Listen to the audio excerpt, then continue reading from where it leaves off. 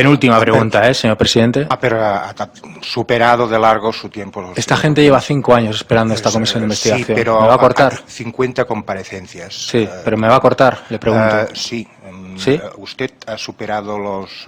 Me quedan 2 preguntas, señor presidente. ¿Me deja hacerlas o me corta? No, le corto. ¿Ah, sí? Sí.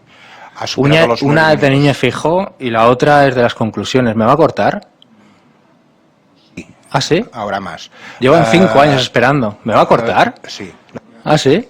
Tiene la palabra ¿Sí? por el Grupo Parlamentario Vergüenza. de Ciudadanos el señor... muchas gracias, señor Rufián. Ya ve que no es difícil, con un poco de esfuerzo.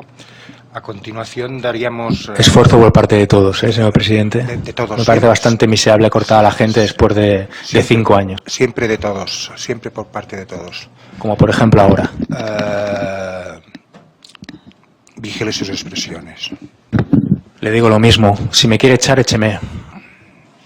Le digo que vigile sus expresiones. Le digo lo mismo. Si me quiere echar, écheme. Y deje de temblar, por favor, que preside una comisión muy importante. Mire, haría a usted perder los nervios a un santo. O sea que encima no... ¿Le parece a usted normal cortar a la gente después de 5 minutos? Señor Rufián, no está en uso de la palabra.